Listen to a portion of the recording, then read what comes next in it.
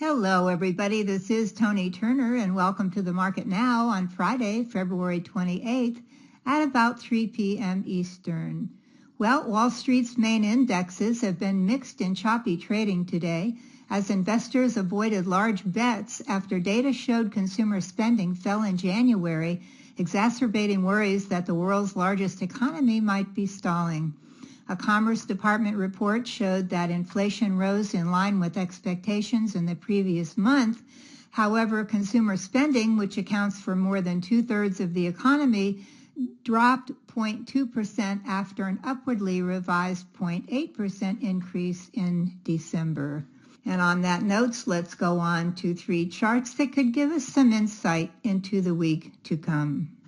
First of all, as we always do, we're going to look at a daily chart of the S&P 500 SPDR, symbol SPY. Of course, this is the exchange-traded fund that closely follows our benchmark S&P 500 index. So today, when I captured this chart, we can see here that the SPY right here is trading at $587.46. That's 4% below the all-time, right up here, the recent all-time closing high on February 19th at $612.93, right up there.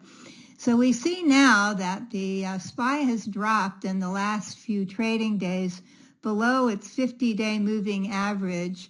50-day moving average is the green line right here, is coming in at $597.88. We can call it $598 if you want to. And below the 20-day moving average, the red line, which is coming in at $601.94. We can call that 602 to make life easier.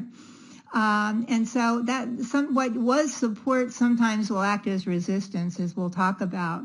Now, but looking back, and we won't take long, but looking back, we know that since the SPY has gone from walking up its 20-day moving average for most of the time since 2023. Now, of course, this chart on the hard left edge is August 2024, but for quite a while now, the SPY has been marching up its 20-day moving average for a lot of the time.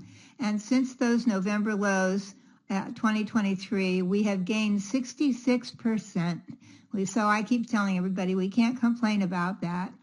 Now, we know that back in December, the SPY touched an all-time closing high on December 6th at $607, right here, $607.81. Then it dove hard on December 18th down here to $585.89. Held for a day, and then a gap down on December 20th to $580.91, then rallied back up to the 20-day moving average. Notice how the 20-day here acted as real resistance here to $601.34. So it stopped cold right there and fell back down below the 50-day moving average to 580. Right down here, then rallied back up to 600 right here, and then down to the January low. It fell down on January 13th to the January low at $575.35. So we had that move down there. It then rebounded very, very nicely, back up through the 20-day, back up to the 50-day.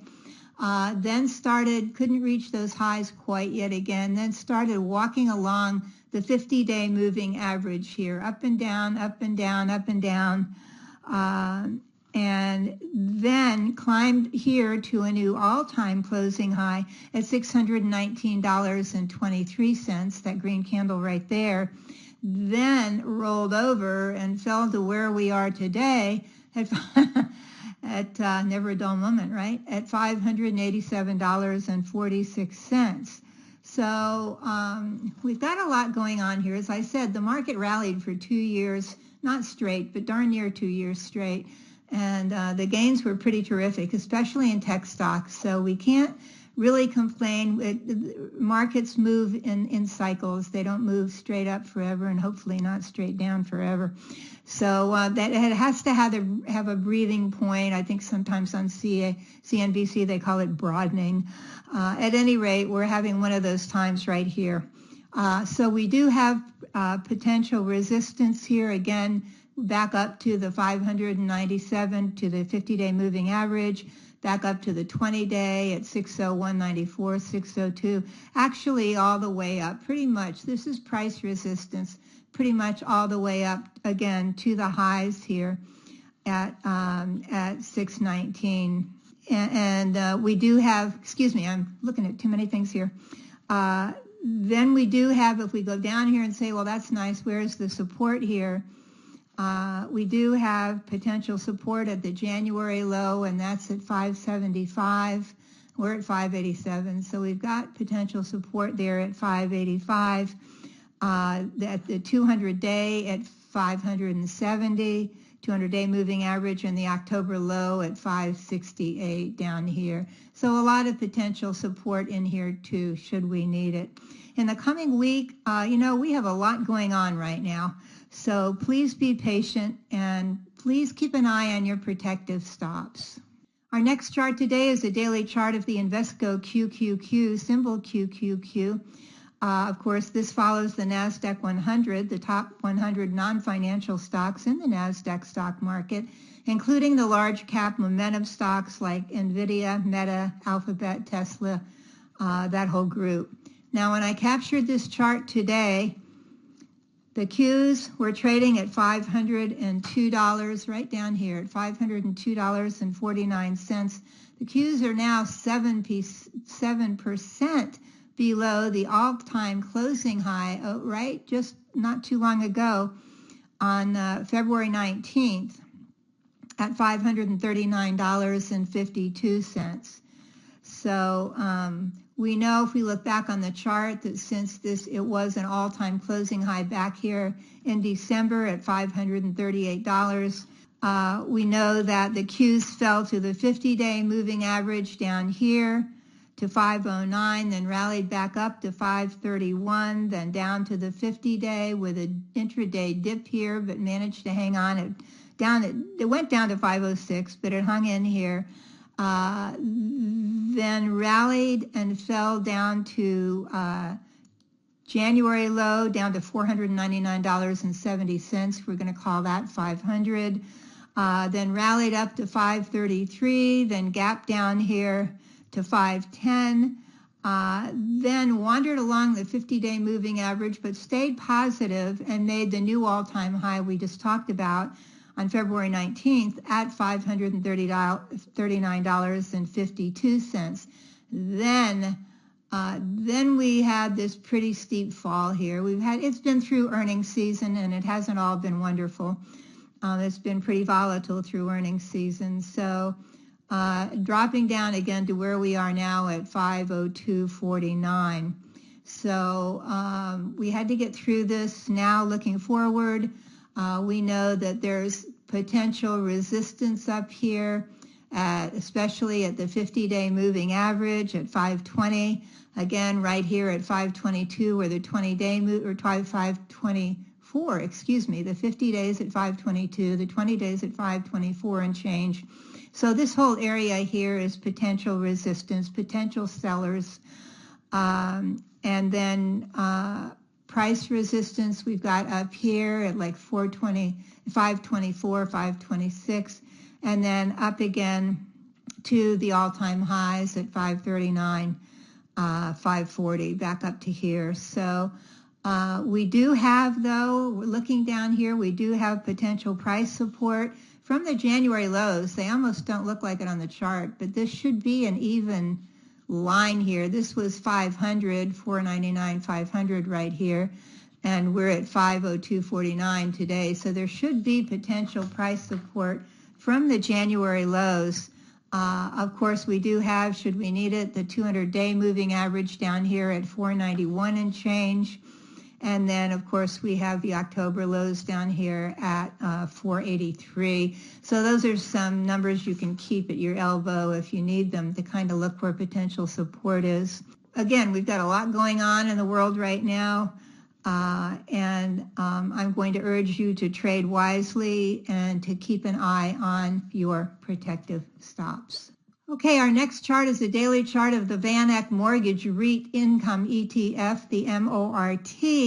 I'm not sure we've ever looked at that, but being as the whole world's a little turbulent right now, my inclination at times like this is kind of wander off in a corner and get into something that everybody's eyes aren't on, so I can get in early, assuming that works, of course. So we're looking again at the Van Eck Mortgage REIT Income ETF, the MORT daily chart. It has 25 holdings.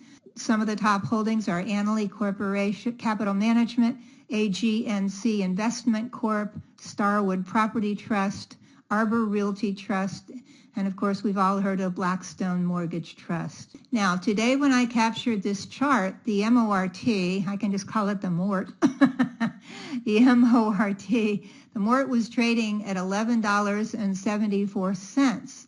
Now you can't see it on this screen, but as you all know, when I'm looking at something like this, I always go back to the long-term monthly chart to see what really happened. That gives me information.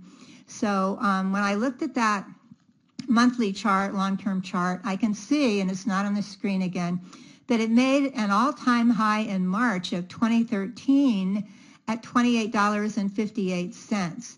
Now from there it fell a bit, then it traveled sideways until 2020 when it fell hard from $25 to $6.80. And as we all know, that was on the back of COVID. You know, the world turned upside down with COVID, so that was kind of a dramatic move there. Now it did rebound in April, and then it rallied. It made a real U-turn on that monthly chart and rallied back up to $20.75 in June of 2021.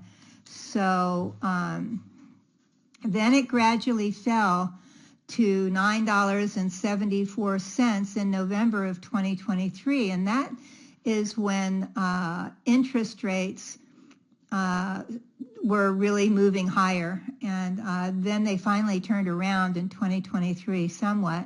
So we look at this chart here, this daily chart of the MORT, and we see that in September 2024 it made a high at $12 right here at $12.36. Then on rising interest rates, it gradually fell. Actually, we can, if we want to, we can see a head and shoulders right here. Not that we ever like to see them, but it did start falling to January lows, finally all the way down. It fell here from these September highs along the 200-day moving average, below the 50-day, below the 20-day, then finally gave it up and fell all the way down here to this January low at $10.18. Then it turned around and quickly moved back up through the 20-day, back up through the 50-day, moved back up through the, through the 200-day moving average, and now the 20 days crossing over the 200 to where we are now at $11.74.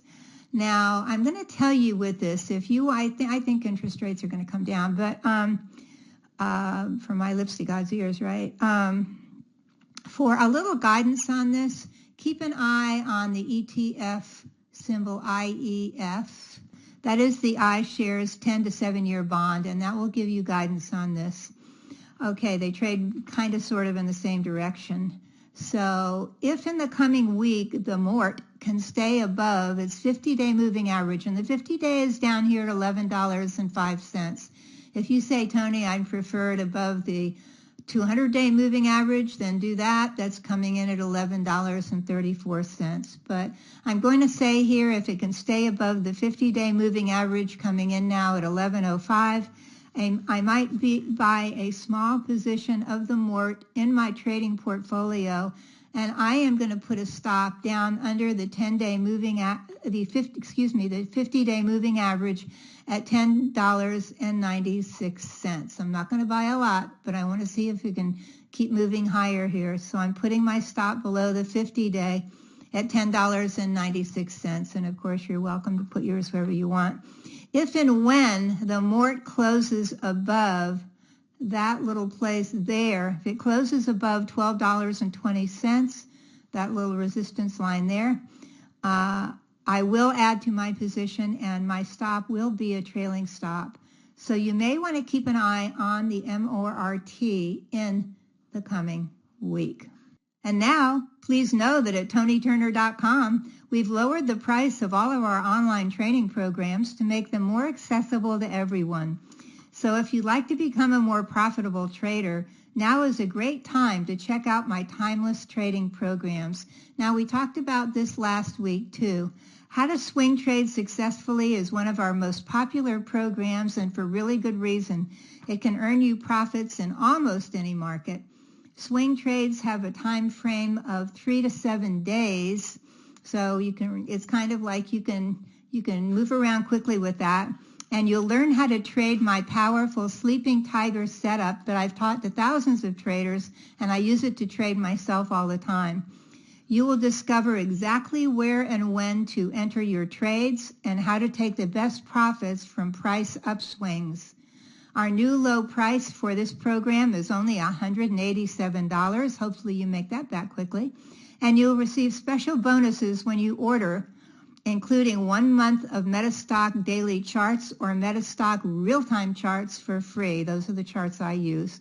From our ever-popular 7 steps to successful trading, to, again, how to swing trade successfully, how to trade the trend to profits, how to read charts, great for novices and people who want to brush up, 3 winning setups, and maybe what we're doing with our MORT trade, if it works, bottom fish like a pro.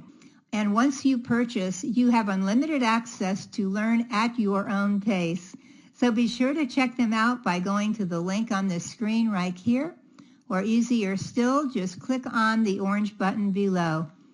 Until next week, be careful out there. Keep green on your screen. I'm Toni Turner, and this is The Market Now.